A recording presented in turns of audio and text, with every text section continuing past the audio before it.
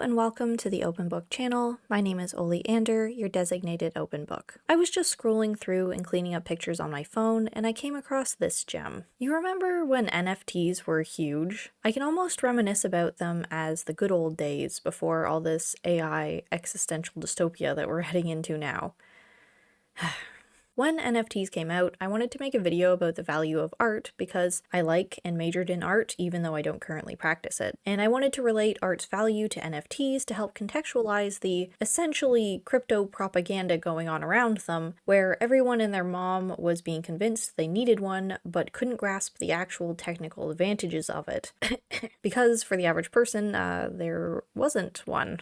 But I never got around to it because the crypto bros scared me. So now, I guess, before the collective consciousness entirely forgets that NFTs were even a thing, I thought I might as well talk about them. I'm going to discuss what an NFT is, then give my opinion on them in terms of their value comparative to the value of art, and ultimately how valuable any art can be. I will give the disclaimer that I am not an expert in the field of cryptocurrency, or authority on investments, or high art, for that matter. I am just a reasonable person giving their opinion. I will be talking largely about the concept of aesthetic value, and not focusing on the ethics of NFTs, which is its own thing. So to start, what is an NFT? NFT stands for non-fungible token, which is a digital identifier that is at least advertised as unique and irreplicable. Using blockchains to record information, NFTs are meant to certify the authenticity and ownership of things. Exactly how they do it, I don't know. But the general understanding that was circulating the internet during their invention and surge of popularity was that if you had an NFT of something, you become the indisputable owner of it, which sounds appealing, but grew increasingly hard to navigate in practice, with people taking and then claiming ownership of things that they didn't have a right to, and yet they were the ones with the NFT for it, so there was legal complications, you could say. On top of that, there were also qualms about the power consumption it took to create an NFT through blockchains, which is a lot of electricity apparently. Now, back to this screenshot. I took it because I was just baffled by it at the time. They, and I say they loosely, like, they. The NFT hype machine people, I guess you could say, wanted NFTs to be a thing so bad. Everyone was trying to find some way to incorporate them into more everyday uses for them so they could have a use. Heck, I mean, so they could even have a value. Because what were they even good for other than weird clout? Like, good job, you have a hideous image in your virtual wallet, now what? Side tangent, I personally, if you get to know me through this channel, have never understood that sort of thing, funneling money onto a brand just so everyone knows you had that much money to throw around. Nothing says I've got money like wasting it on things instead of actually having it. Yeah, I know. Presentation of wealth must mean that there's even more in the bank. It should. It just usually doesn't. Anyone can tote around and present themselves with anything they want. It's only actually a matter of how large a debt they're allowed to take on to accomplish that end. It's not just that I'm a cheapskate, or that I value practicality even. NFTs really just boggled me aesthetically. Like, the prime example of NFTs is the Bored Apes. It's a style, to be sure. I can appreciate them in terms of something like graffiti or street art aesthetic. But as NFTs with no ulterior purpose, and people scrounging to get one of them, or for something like a profile picture on what was formerly Twitter, how were they seen as anything other than an exuberant waste of money? Again, maybe wasting money was the point.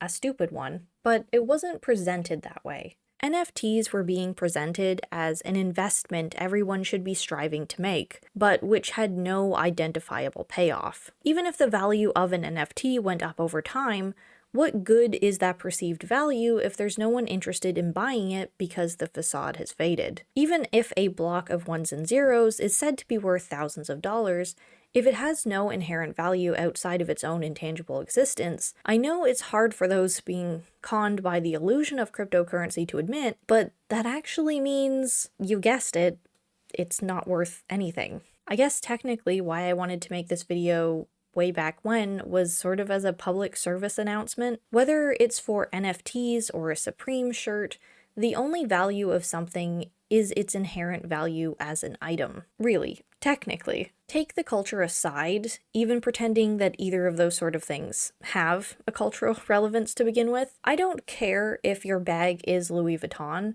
I'm not admiring it for the brand. I'm judging it on how good it looks and how it functions. And to me, most of all of those over-the-top, clout-funneling brands don't even look that good. It's not a cool, expensive bag. It's an ugly, expensive bag. That's what I'm thinking, at least. NFTs were so illogical, in my opinion, because not only did they not have an inherent use outside of class segregation and perceived expendable income, they weren't aesthetically pleasing either. Majority of them were pretty atrocious, which brings me to talking about NFTs in at least their potential value as a piece of art. Art can have value from being good looking or meaning something. It can't be neither. So why was it so hard to admit that NFTs were kind of useless? The point that a lot of art people wanted to make was for the value and ownership of a piece of art through its commodification as an NFT. Finally, you could legally own something that only exists digitally, which sounds good, but can't translate practically to real life. Like I said earlier, with NFTs coming into mainstream, it was under the perception that there was a new layer of ability to claim patents on already made digital items, even memes, that was supposed to be legally recognized as superior to, and everyone scrambled to get ownership of things that weren't always theirs. But what is the value of a meme's NFT? Did owning the NFT of a meme prevent other people from using its format? No. Did it prevent it from being distributable online?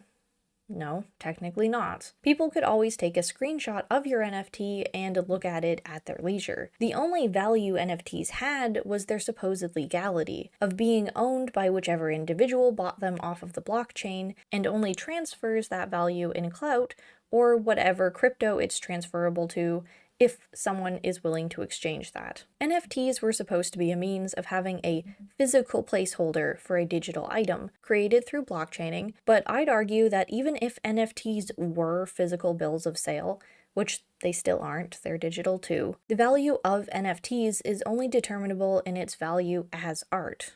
Which is not in any way to say that digital art doesn't have a value. Again, I think art is valuable in two forms: meaning and aesthetic. It's just that an NFT of something which is replicable is neither. The way I look at it is in the difference between the value of a real painting and a virtual rendition of that painting. Let's say a Jackson Pollock painting, which I have my own very special, complicated opinions on. I don't personally think this painting has aesthetic value. Personally, I do accept that the size of it and the placement of it in a gallery has tangible value. Those paintings were huge. The canvas and paint cost money, and the labor and time of making it, so there's an inherent value to that physically. Plus, depending on where it ended up, I accept that it could gain aesthetic value in what's around it and complementing it. A digital picture of this painting has no value aside from whether it's considered aesthetic, because it's not the original, and it can't claim the same value through meaning, at least not to the same extent. It is nothing but a vibe. If you think it looks good, then it has value to you, and if Jackson Pollock were alive and selling it, perhaps you'd be inclined to pay him money to be allowed to use it as a screensaver or print in your home without owning the original. How much that digital version or replication would be worth should be inherently less than the original though. By nature, that just makes sense. But again, the value of this digital thing, this JPEG of a painting, is only worth what value you give it.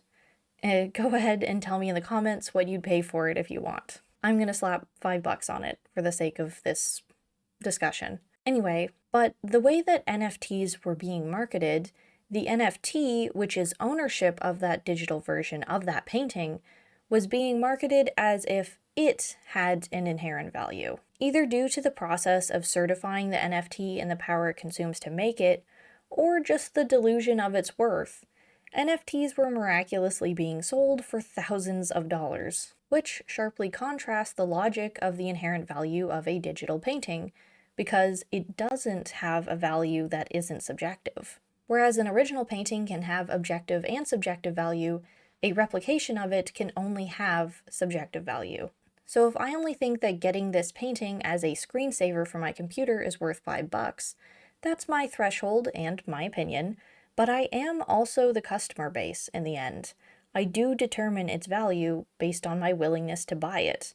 I am the market. If no one will pay more than that, then it's not worth more than that. If no one is willing to pay for something, period, then it's worthless. And the misconception about NFTs was that they had an inherent value, that they were an investment. Sure, resources went into making them, but the hype machine of NFTs in mainstream media completely ignored the base concept of art's value. They treated every NFT like it was a gold mine whose value could only ever go up, ignoring whether the thing it was a deed for had any value in the first place. As much as we can try and pinpoint the value of anything objectively, it's not.